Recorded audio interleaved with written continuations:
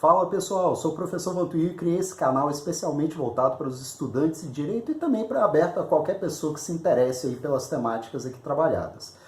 Esse vídeo nós trabalharemos aí com o tema ação penal. Nós já trabalhamos no vídeo anterior com os aspectos relacionados à teoria geral do processo voltado à ação penal. E hoje nós vamos dedicar esse vídeo especificamente às regras do Código de Processo Penal. Bora pro vídeo!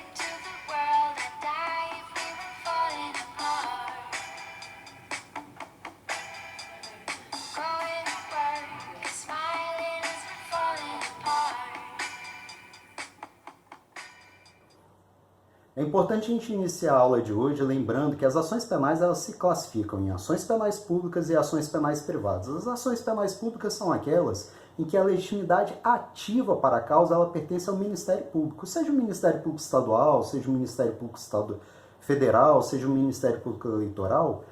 A propositura da ação penal ela se dará com o oferecimento de uma peça acusatória chamada de denúncia. As ações penais públicas, por sua vez, elas se subdividem em ações penais públicas incondicionadas, aquelas em que o Ministério Público irá apresentar a denúncia independente de qualquer manifestação de vontade de concordância da vítima ou do ofendido.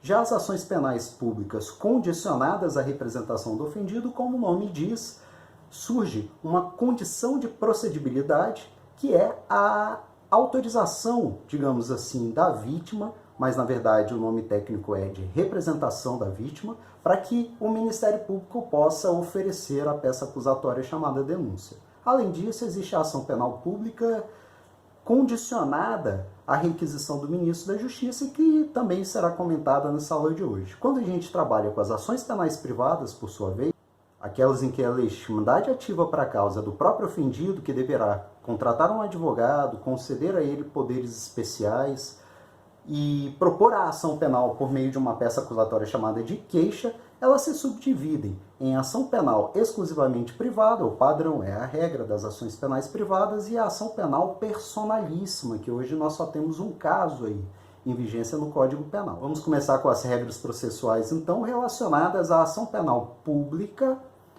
condicionada à representação do ofendido. A primeira coisa que a gente pode falar aí em relação, por exemplo, ao artigo 39, eu vou ler aqui para vocês, o direito de representação poderá ser exercido pessoalmente ou por procurador com poderes especiais, mediante declaração escrita oral feita a juiz, ao órgão do Ministério Público ou à autoridade policial. Vejam bem, é importante a gente ressaltar que o ofendido, no caso aqui da ação penal pública condicionada à sua representação, ele poderá realizá-la sendo direcionada tanto à autoridade policial quanto ao membro do Ministério Público, nos termos do Código de Processo Penal, também ao juiz. Porém, a doutrina aconselha que o juiz seja retirado aí como destinatário da representação. Por quê? Porque no sistema acusatório, o ideal é que o juiz ele se envolva o mínimo necessário na fase investigatória. A primeira questão que se apresenta é a seguinte: existe formalidade para a apresentação da representação do ofendido? Ele tem que fazer um termo escrito denominado termo de representação, ou se ele for verbalmente até a delegacia de polícia, por exemplo. É necessário que se lavre um termo de representação e a ausência desse termo formalizado geraria alguma nulidade posteriormente? A resposta é: não existe formalidade. Já foi decidido situação em que o STJ entendeu que qualquer ato da vítima, qualquer ato do ofendido que represente uma clara e inequívoca manifestação de vontade pela instauração de toda a persecução penal, desde a investigação criminal até o oferecimento da denúncia, percorrendo aí o caminho do devido processo legal, já basta, já supre. Por exemplo, um boletim de ocorrência que ele manifeste o desejo ali na persecução penal já é suficiente, independente da formalidade de existir um documento denominado termo de representação. A segunda questão para a gente tratar é a natureza jurídica dessa representação do ofendido. Qual a sua natureza jurídica? Essa é uma pergunta muito comum aos estudantes do direito, né?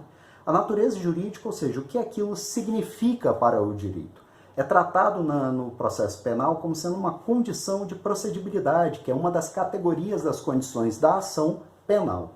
Essa condição de procedibilidade, ela é uma condição especial para que seja oferecida a ação penal, para que seja ofertada a denúncia por parte do Ministério Público.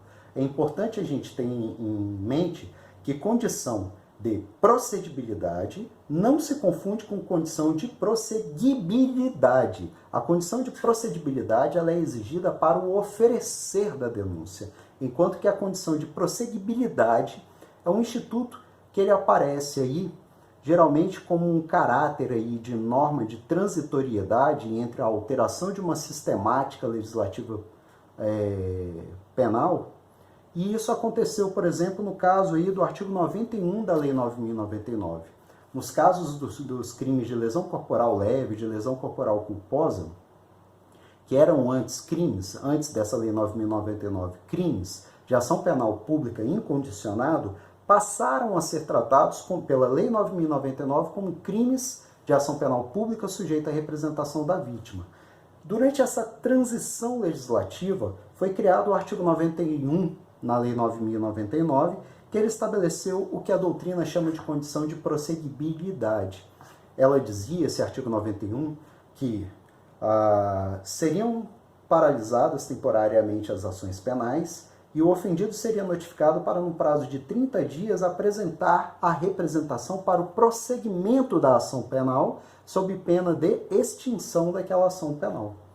Então, condição de prosseguibilidade para prosseguir, ela vai aparecer aí por uma alteração legislativa incidindo no curso de ações penais que já tenham sido oferecidas. Não confundir, muito importante, com o nosso conceito que nós estamos trabalhando, que é de condição de procedibilidade, que é para o iniciar da ação penal. Ou seja, antes de oferecer a denúncia, já existe a regra de condição de procedibilidade. Um terceiro aspecto importante para a gente trabalhar ainda nesse tema é assim, uma vez oferecida a representação, uma vez levada a representação à autoridade policial, ao Ministério Público, enfim, se é possível que o ofendido se retrate da representação, que ele volte atrás na sua representação. É possível. Pela leitura do artigo 25 do Código de Processo Penal, a gente pode entender que sim, que é possível a retratação da representação. Ou seja, tornar a representação sem efeitos. Isso deve acontecer até o oferecimento da denúncia, ou seja, até o dia em que o promotor protocola a denúncia. A gente não pode confundir que o oferecimento é um ato do Ministério Público de apresentar a denúncia ao Poder Judiciário. Essa palavra oferecer a denúncia, ela não se confunde com a palavra recebimento da denúncia. O recebimento, ela se constitui em um ato judicial, em um provimento do juiz, que, analisando os pressupostos processuais, as condições da ação, o juiz irá formalmente receber a denúncia. Esse recebimento da denúncia, por exemplo, é um marco interruptivo da prescrição. Esse recebimento da denúncia, ele vai gerar outros efeitos no processo. Mas em relação aqui, no que tange a retratação da representação, ela deve ser levada, portanto, antes do oferecimento da denúncia. Não confundir, portanto, com o recebimento da denúncia.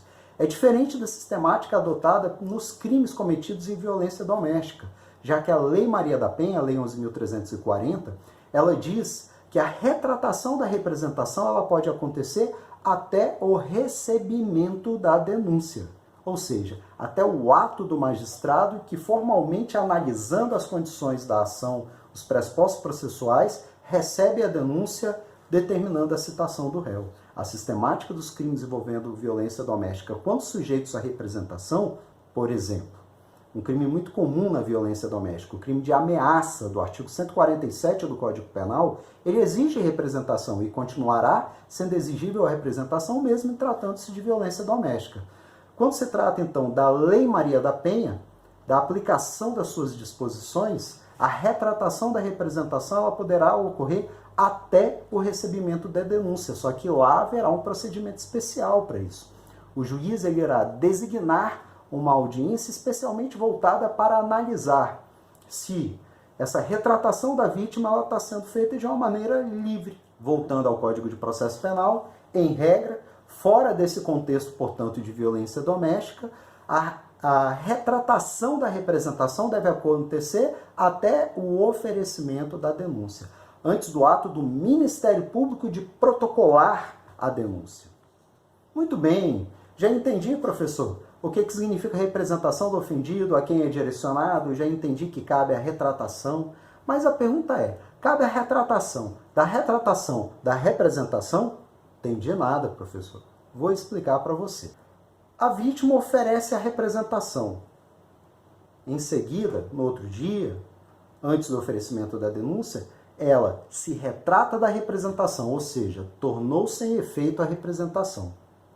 A pergunta é, ela pode apresentar uma nova representação? Sim, desde que ainda esteja dentro do prazo de oferecimento da representação, o prazo que é de 6 meses do conhecimento do fato delituoso.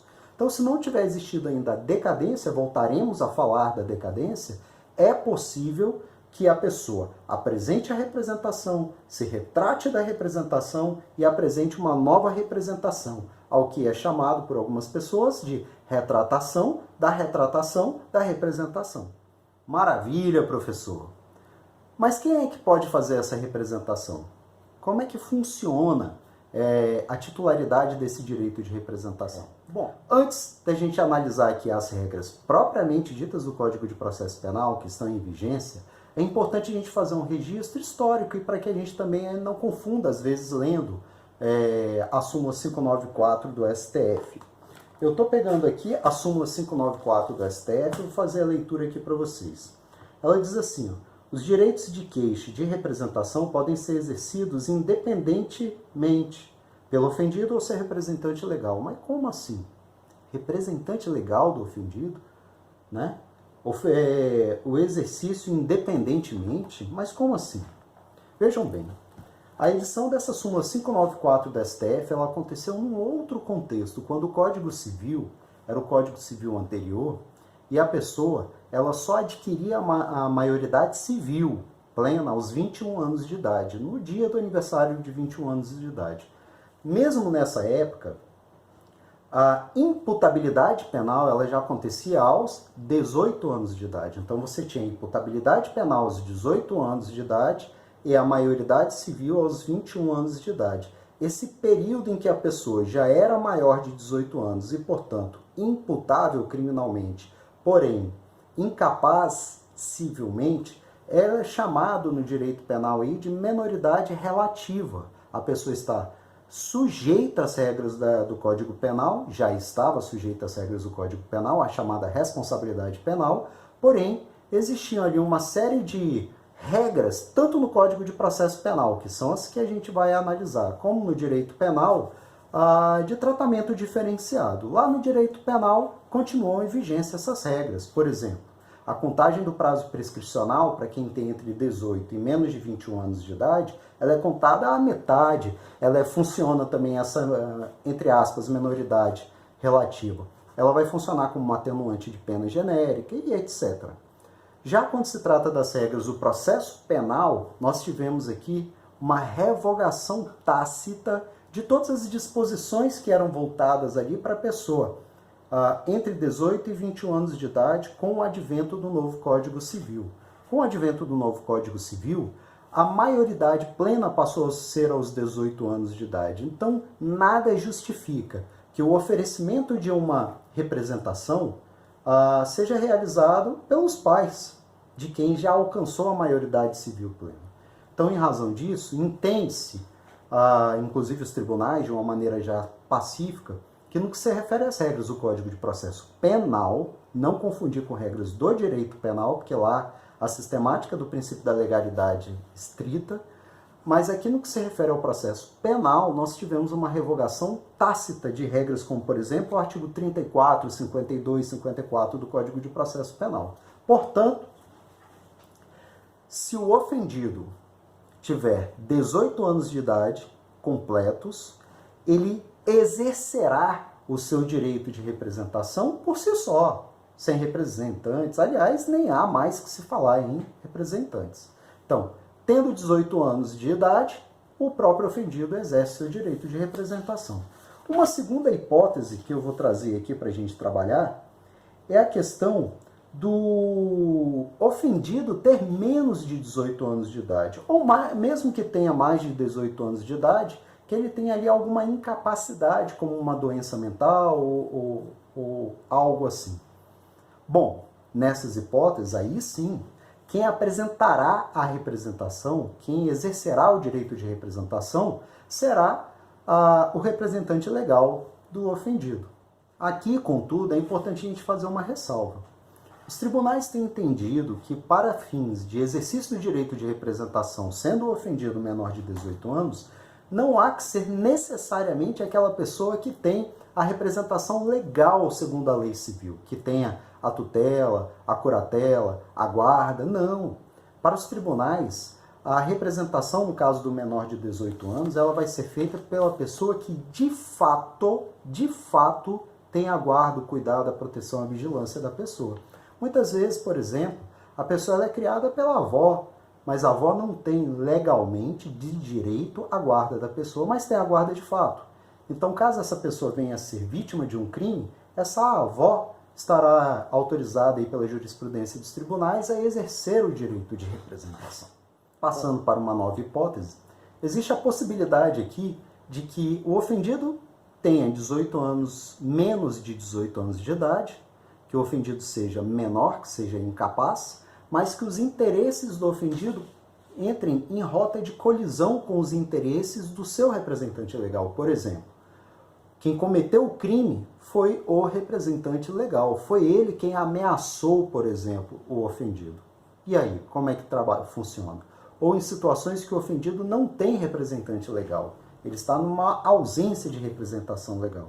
Em situações como essa, o artigo 33 do Código de Processo Penal vai indicar uma regra para a gente. E essa regra é a nomeação de um curador especial por parte do juiz. Agora entendo. A nomeação do curador especial, ela não é para automaticamente, para obrigatoriamente levar ao exercício da representação. Não. A nomeação de um curador especial é para que o curador especial ele avalie a conveniência e a oportunidade de oferecer ou não a representação criminal quando a vítima for uma pessoa menor de 18 anos ou mentalmente enferma e etc.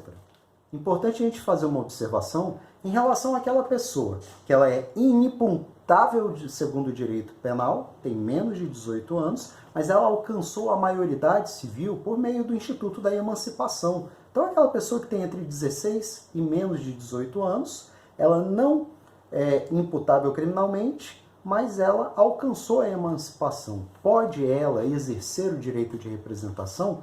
Entende-se que não. Entende-se que não. Entende-se que nessa hipótese ela deverá aguardar o aniversário de 18 anos de idade para que ela ofereça o direito de representação. Claro que nessa hipótese não estará correndo aí o prazo decadencial, já que ele estará impedido de exercer o direito de representação. É importante a gente asseverar ainda que existe uma outra corrente, segundo a qual a solução a ser dada pelo magistrado vai ser a aplicação por analogia do artigo 33 do CPP, qual seja a indicação de um curador especial para avaliar aí a conveniência e a oportunidade. Então existem aí essas duas correntes se tratando da pessoa com menos de 18 anos que tem a emancipação civil. E se o ofendido tiver falecido, professor? Lá no artigo 24, ele fala que a representação, em regra, é do ofendido. Mas se o ofendido tiver falecido, o artigo 24, parágrafo 1º, ele vai indicar uma ordem de sucessores para exercer esse direito de representação. O cônjuge, o ascendente, o descendente e o irmão. Né? Há quem cria a sigla CAD para facilitar a memorização. Cônjuge, ascendente, descendente e irmão. Aí você me pergunta assim, mas professor, se todo mundo quiser fazer isso, quem é que vai ter preferência? Pela ordem, cônjuge, ascendente, descendente e irmão. Agora, se houver uma discordância entre essas pessoas sobre representar ou não representar, aí prevalecerá a vontade daquele que quiser a representação. Entenderam? Então, por exemplo, o cônjuge do falecido, vítima de um crime, ele não quer representar, mas o irmão quer. Prevalecerá a à vontade do irmão no que se refere ao oferecimento da representação. E, por último, é importante a gente lembrar que, às vezes, a vítima do crime, o sujeito passivo do crime, é uma pessoa jurídica. Nessa hipótese, a gente tem que entender que o exercício do direito de representação deverá ser realizado pela pessoa que está indicada como representante daquela empresa nos atos constitutivos, ou, no silêncio dos atos constitutivos, pelos diretores, sócios gerentes. Vamos avançar? Qual é o prazo para o exercício do direito de representação? O artigo 38 ele traz uma regra muito clara. O prazo ele será de 6 meses, a contar da data em que se tiver o conhecimento da autoria do fato. Vocês já sabem que a decadência é um instituto do direito penal e que tem natureza jurídica de causa de extinção de punibilidade, ou seja, passados 6 meses do conhecimento da autoria do fato, sem que tenha sido exercido o direito de representação, você terá com isso a extinção da punibilidade do autor do fato. Existem aquelas situações em que um crime ele é cometido por mais de uma pessoa. Nessa situação, pode a vítima escolher em relação a quem ela vai representar ou não? Não. A representação dada em relação a um dos autores do crime se estende aos demais autores do crime. Por outro lado, quando você tem um concurso de crimes, ou seja, 2 ou mais crimes, e a representação ela se direciona a um dos crimes, não poderá o Ministério Público estendê-la aos demais crimes. Chegamos agora à ação penal pública condicionada à requisição do Ministro da Justiça. O que é importante a gente ter aqui em mente? É importante a gente ter em mente que requisição, segundo o dicionário, ele tem um sentido de ordem. Ocorre que aqui no que se refere à requisição do Ministro da Justiça como uma condição de procedibilidade da ação penal pública, nós não podemos ter essa compreensão de que a requisição terá o sentido de ordem, porque o Ministério Público ele não está na Constituição de 1988 subordinado a ordens do Ministro da Justiça. Ou seja, a requisição do Ministro da Justiça, na verdade, terá um sentido de representação do Ministro da Justiça. Aqui é importante ressaltar que a ação penal pública condicionada à requisição do Ministro da Justiça, que já falamos que é requisição entre aspas, que na verdade tem uma natureza de representação, ela não está sujeita a prazo decadencial. Não está sujeita a prazo decadencial. De modo que, enquanto não houver a prescrição do crime, poderá haver essa requisição do Ministro da Justiça. Outra ação penal, outra classificação, é a chamada ação penal privada subsidiária da ação penal pública, que tem previsão constitucional lá no artigo 5º, no inciso 59 da Constituição e também previsto no artigo 29 do Código de Processo Penal. Ela é chamada pela doutrina de ação acidentalmente privada ou de ação supletiva. Como é que ela funciona? Ela é uma ação penal privada que ela será protocolada em situações em que inicialmente deveria ter sido sujeita a uma ação pública incondicionada. Por que isso acontece? Diante de uma omissão do Ministério Público. Então, a ação penal privada subsidiária da pública, ela estará diante de crimes originalmente sujeitos a uma ação penal pública incondicionada, mas que você vai ter 2 pressupostos. Um, que você tem uma vítima individualizada, um ofendido individualizado e que o Ministério Público tenha se revelado omisso em relação à sua atribuição de oferecimento da denúncia. Mas prestem atenção, não se trata da opinião do Ministério Público pela não oferecimento da denúncia, por exemplo. Se o Ministério Público promoveu o arquivamento das investigações, não há que se falar em preenchimento do requisito para a ação penal privada subsidiária da pública. O requisito vai ser a omissão do Ministério Público.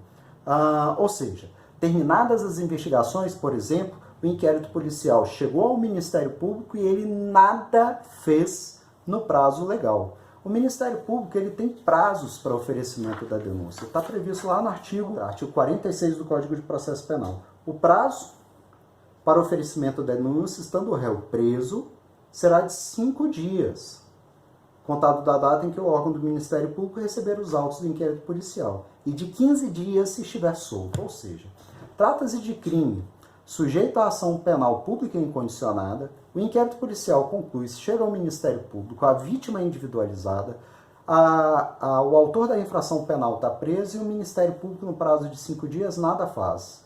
Ou o autor do delito está solto, passam-se 15 dias e o Ministério Público nada faz. Aí, a partir do encerramento do prazo do Ministério Público oferecer a denúncia, inicia-se um prazo de 6 meses para que o ofendido possa entrar com uma ação penal privada subsidiária da pública. Lembrando que esse prazo de 6 meses do ofendido, ele será um prazo decadencial impróprio. Por quê? Porque aqui a decadência ela não vai gerar a extinção da punibilidade, mas apenas a extinção da legitimidade ativa subsidiária do ofendido.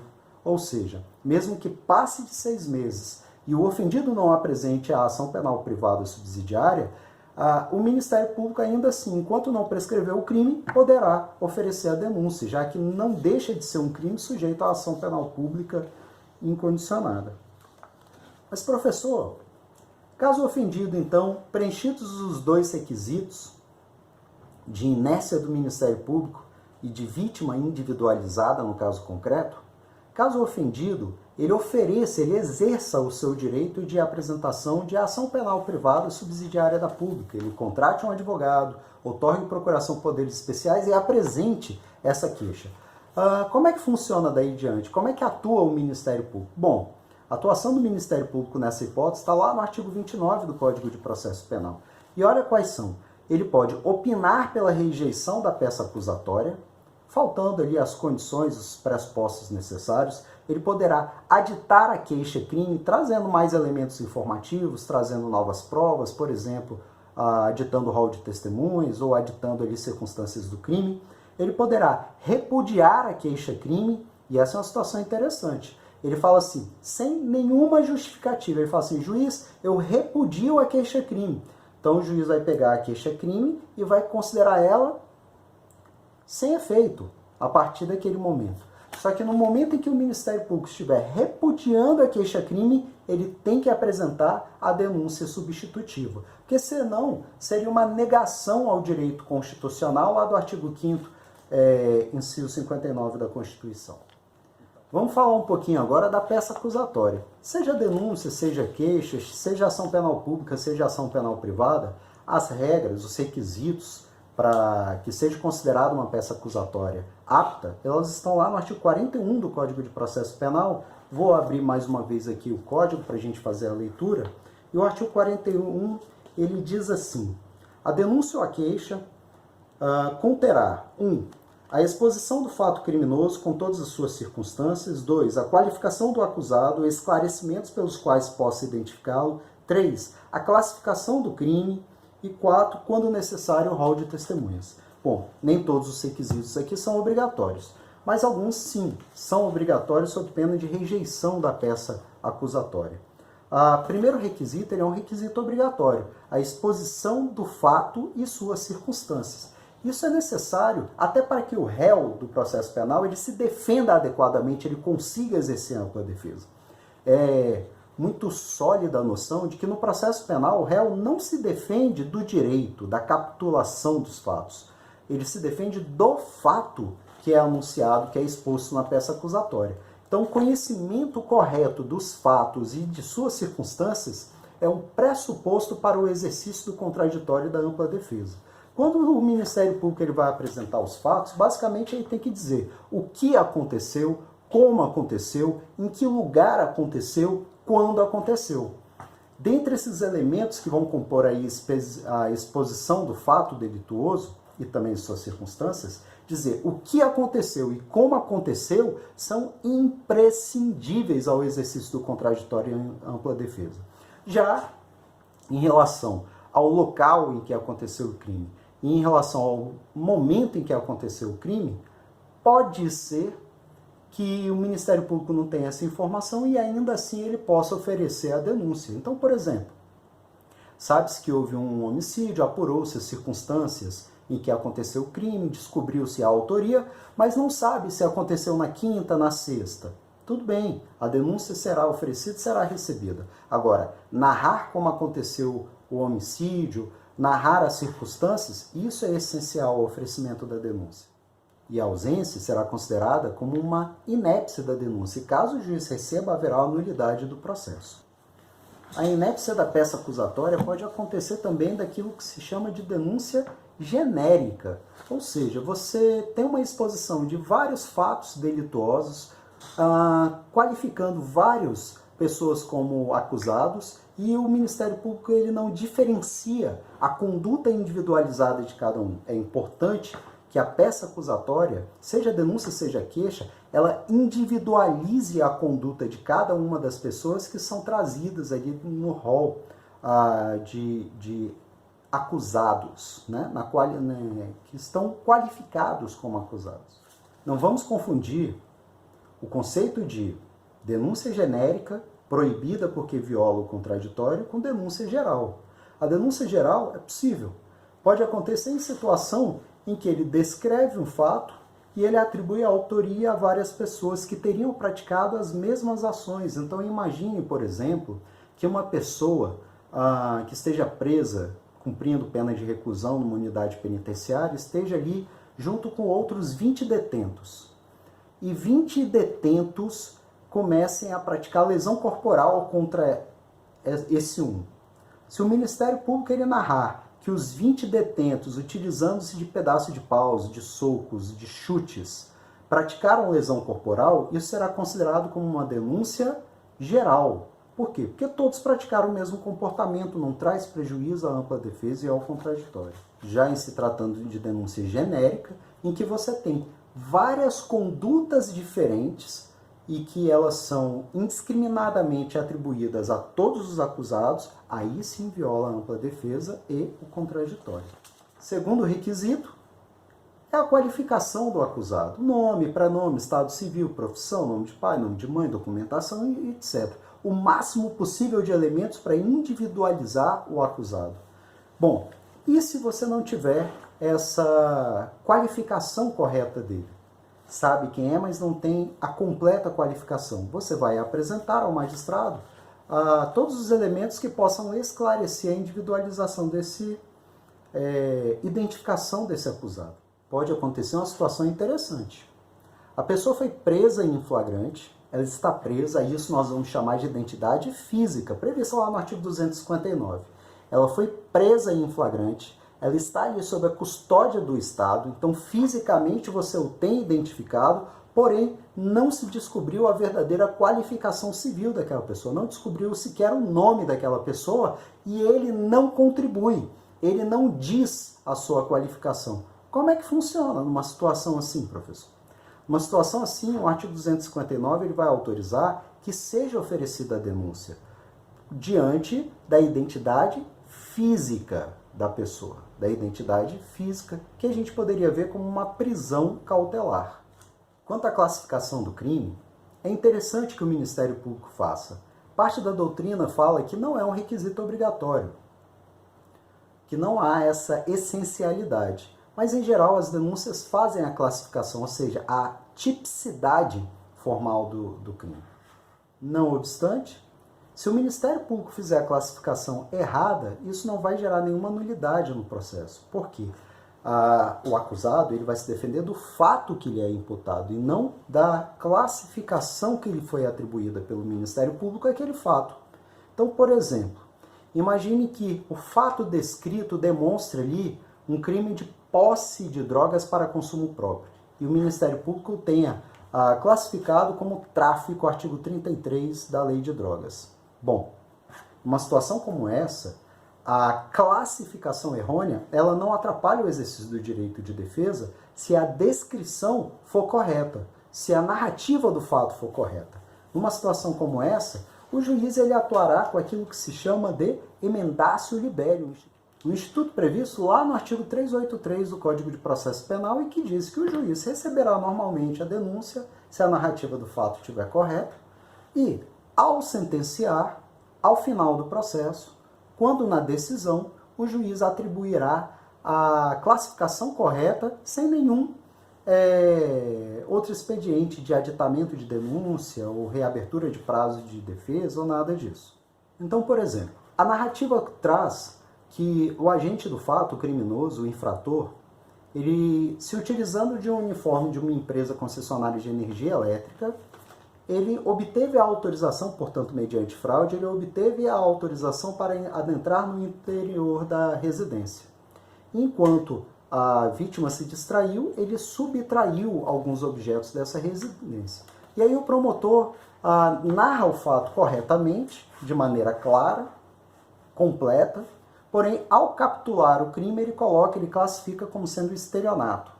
O juiz, ao julgar esse caso, entendendo que se trata de um furto qualificado pela fraude, o juiz atribui a correta classificação, sem nenhuma outra providência prévia. Quarto elemento aí, previsto no artigo 41, é o rol de testemunhas. O rol de testemunhas ele não é um elemento obrigatório, mas é o local certo para o arrolamento de testemunhas sob pena de preclusão da prova testemunhal para o Ministério Público. A quantidade de testemunhas a serem arroladas, ela vai variar de acordo com o procedimento a ser adotado, que é matéria de Direito Processual Penal 2. Então, se a gente tiver, por exemplo, diante de um procedimento sumário, serão 5 testemunhas para cada fato articulado na denúncia. Se for um procedimento ordinário, serão 8 testemunhas. Se for o procedimento do júri, serão 8 testemunhas na primeira fase e 5 na sessão plenária do júri. Então, dependerá aí do procedimento que estiver seguindo o processo. A doutrina ainda traz aqui, por exemplo, a redação em vernáculo, o uso da língua portuguesa na redação da queixa ou da denúncia, a assinatura do promotor ou do advogado, do querelante, e, no caso de uma queixa-crime, uma procuração com poderes especiais, conforme é trazido aí no artigo 44 do Código de Processo Penal. Como nós já comentamos, existe um prazo para a apresentação da peça acusatória. Em regra, o Código de Processo Penal estabelece no artigo 46 que, estando preso o denunciado, o prazo será de 5 dias. Estando solto, o prazo será de 15 dias. Que é uma regra padrão, já que a legislação especial também apresenta aí outros prazos, como, por exemplo, a lei de drogas, apresenta aí o prazo de 10 dias, independente de estar preso ou de estar solto. Agora, atenção, hein? Esse prazo é da denúncia. Isso porque a queixa ela tem um regramento próprio lá no artigo 38, que fala que o prazo será de 6 meses a contar da descoberta da autoria. Uma vez oferecida essa denúncia, o magistrado ele pegará essa denúncia, fará a leitura da denúncia e o magistrado fará uma análise das condições necessárias para que ele receba. Um exemplo de rejeição por inépcia da denúncia é a hipótese chamada aí de criptoimputação, uma situação em que o promotor ele não apresenta na sua narrativa uma exposição detalhada e individualizada dos fatos, se limitando a dizer, por exemplo, que Caio subtraiu coisa alheia móvel de Tício, sem dizer o que é a coisa alheia, como que foi, quais as circunstâncias que aconteceram, como foi a conduta dele na subtração. Essa criptoimputação, ela vai ser considerada aí uma causa de inépcia da denúncia a ensejar a rejeição por parte do magistrado. Outra situação que o artigo 395 autoriza é a ausência de pressupostos processuais e de condições da ação, inclusive a ausência da chamada justa causa, que é a ausência da prova de materialidade do crime ou a ausência de indícios suficientes de autoria. Em relação aí a esse tema de justa causa, eu sugiro assistir um vídeo muito legal onde eu analisei as peças de um inquérito policial chamado aí, o nome que eu dei, Tiro de Natal. Assiste lá. Já o recebimento da denúncia, ela vai acontecer aí quando o juiz perceber que estão presentes os pressupostos processuais e as condições da ação. Aqui o juiz ele vai tomar uma decisão, um provimento judicial, tomando cuidado de não antecipar um juízo sobre o mérito da pessoa, um juízo, por exemplo, de culpa da pessoa. Então ele tem que se limitar à análise dos elementos que constituem as categorias de pressupostos processuais e de condições da ação. Por exemplo, com pressupostos processuais, a ausência de dispendência, a ausência de coisa julgada, como por exemplo aqui de condições da ação, a existência de justa causa para a ação penal. Chegamos aí, portanto, ao último ponto dessa aula, que são as hipóteses aqui de causas de extinção de punibilidade em se tratando da ação penal privada. Olha que interessante. Vocês já devem ter percebido que no tema ação penal nós temos regras, tanto no Código Penal quanto no Código de Processo Penal. Por que isso? Porque as normas inerentes às ações penais, elas têm um caráter híbrido. Ao mesmo tempo, elas têm interesse do processo penal, porque dizem respeito à maneira como será iniciada a ação penal, a existência de condição de procedibilidade, por exemplo, e ela traz também repercussão no direito penal, ela anuncia 4 causas de extinção de punibilidade que estão presentes nas ações penais privadas e não estão presentes nas ações penais públicas. Daí, inclusive, já é importante a gente ter em mente que quando você tem a sucessão de leis penais no tempo que dizem respeito à questão da natureza da ação penal de um crime, a gente tem que aplicar aquela regra da irretroatividade da lei penal benéfica. Por quê? Porque em se tratando de crimes sujeitos à ação penal privada, você terá 4 causas de extinção de punibilidade a mais. E são elas que a gente vai comentar. A primeira nós já falamos, é o Instituto da Decadência, que é o prazo de 6 meses que o ofendido terá para que ofereça a representação ou para que apresente a queixa criminal a contar do conhecimento da autoria do fato. Gera extinção de punibilidade nos termos do artigo 107 do Código Penal. Nós temos também aqui 2 institutos que constituem causas de extinção de punibilidade, também previsto lá no artigo 107 do Código Penal, que são a renúncia ao direito de queixa e o perdão do ofendido. Eles são parecidos, mas não se confundem. A renúncia, ela acontece antes do oferecimento da queixa. Você renuncia ao que você ainda não fez. Então, a renúncia, ela vai funcionar como um ato unilateral, ou seja, a vítima não precisa da concordância do ofendido para que ele renuncie ao seu direito. E ela acontece antes do oferecimento da queixa. É importante ressaltar que a renúncia ela pode ser expressa em documento, de forma muito clara, escrito renuncio ao direito de queixa em relação ao fato ocorrido em dia. Por exemplo, por que ele faria isso, professor? Fez um acordo, por exemplo, um acordo indenizatório, e nesse acordo indenizatório ele colocou a renúncia ao direito de queixa, por exemplo.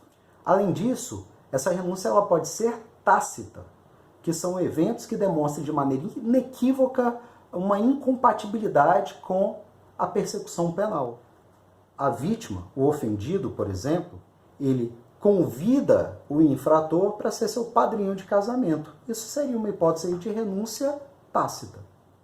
Importante ressaltar que nesse tema incide o princípio da indivisibilidade, segundo o qual, renunciando para um autor da infração penal, estende-se a renúncia para todos os demais autores da infração penal. Já em se tratando de perdão do ofendido, a diferença é a linha temporal. O perdão você pressupõe que a queixa já foi protocolada, que a queixa já foi oferecida.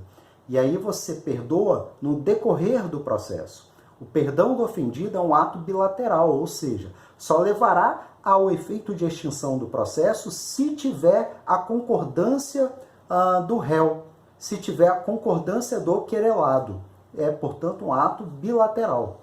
Da mesma forma, o perdão do ofendido ele pode ser expresso, mas ele pode ser também tácito. A aceitação do perdão do ofendido pode ser expressa, ele vai lá, aceito, e gera extinção de punibilidade, ou ele pode ser tácito. O silêncio no prazo de 3 dias vai importar numa anuência ao perdão do ofendido. Da mesma maneira, o perdão do ofendido também rege-se pelo princípio de indivisibilidade das ações penais privadas, ou seja, concedido o perdão a um, estende-se aos demais querelados ou aos demais réus da ação penal privada. E a última causa de extinção de punibilidade nas ações penais privadas é a perempção. A perempção está regulamentada lá no artigo 60 no Código de Processo Penal e ele deve ser compreendido como um abandono de causa, ou seja, o querelante ele deixa de promover atos necessários ao desenvolvimento da ação penal e aí o juiz vai interpretar isso como sendo uma perempção. Um abandono de causa no processo penal gerará extinção de punibilidade. As causas aí, a descrição estão no artigo 60 no Código de Processo Penal. Eu agradeço a todos aí por terem assistido essa videoaula e espero que tenham gostado, né?